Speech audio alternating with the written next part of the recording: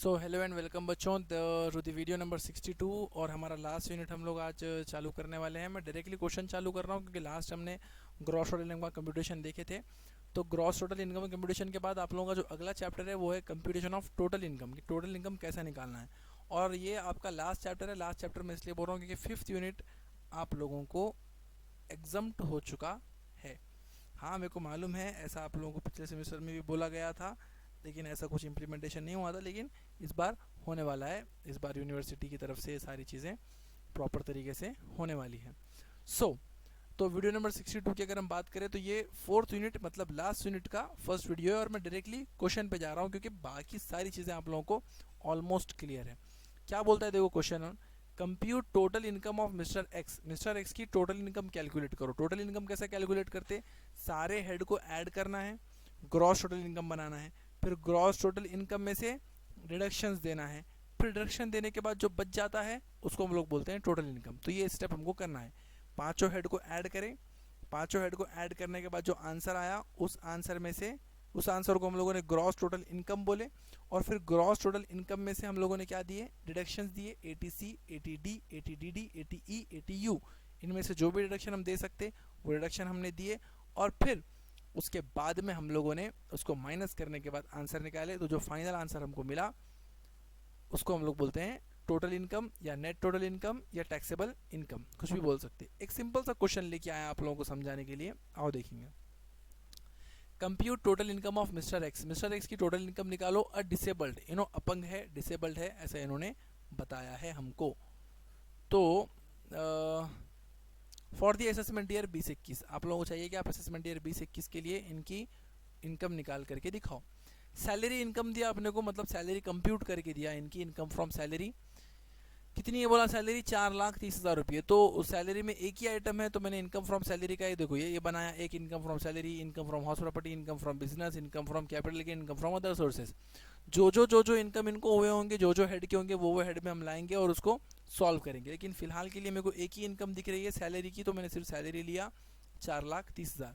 House property का कोई यहाँ पर डिस्क्रिप्शन नहीं है इसलिए डैश, बिजनेस प्रोफेशन का नहीं है इसलिए ये भी डैश, कैपिटल गेन नहीं है इसलिए ये भी डैश, अदर सोर्सेज की भी कोई इन्फॉर्मेशन हमको नहीं मिली, इसका मतलब ये भी डैश।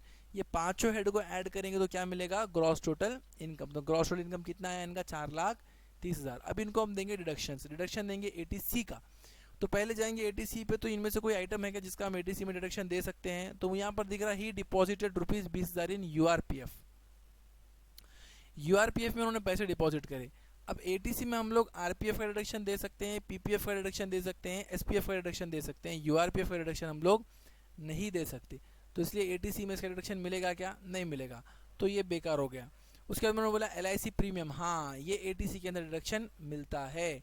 देखो डिपॉजिट इन यूआरपीएफ डैश, क्योंकि एटीसी में इसके लिए कोई जगह नहीं है, डैश कर दिए।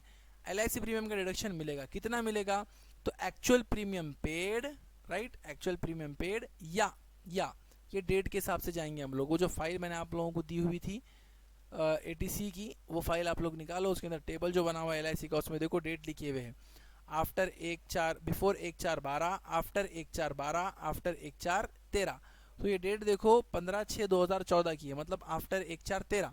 आफ्टर 1/4/13 की अगर हम लोग बात करेंगे तो 40,000 रुपये पे हम लोगों को निकालना पड़ेगा 15%, क्योंकि ये आदमी क्या है, डिसेबल्ड है। तो 45,000 या 4 लाख, थोड़ी गड़बड़ हो गई यहाँ पर, है ना, एक सेकेंड। तो 4 लाख रुपये में से 15% हम लोग डिडक्शन देंगे तो कितना हो रहा है, ये 60,000 हो रहा है। देखो थोड़ा गड़बड़ हो गई रे बच्चों, ये हो रहा है एक्चुअल में 60,000। तो 60,000 या 45,000 विच एवर इज लेस, तो कितना रिडक्शन मिलेगा, 45,000 का रिडक्शन मिलेगा, समझे ना।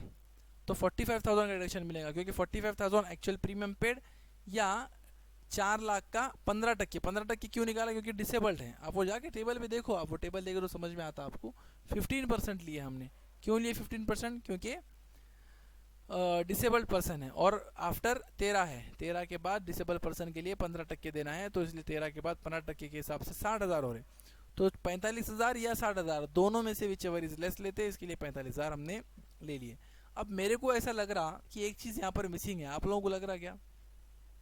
सोचो, अगर याद आ गया होगा तो अच्छी बात है, अगर नहीं याद आया होगा तो सुनो।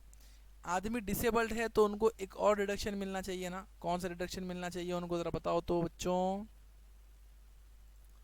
उनको मिलना चाहिए ATU का डिडक्शन। कौन सा deduction? Deduction under section ATU, disabled SSC।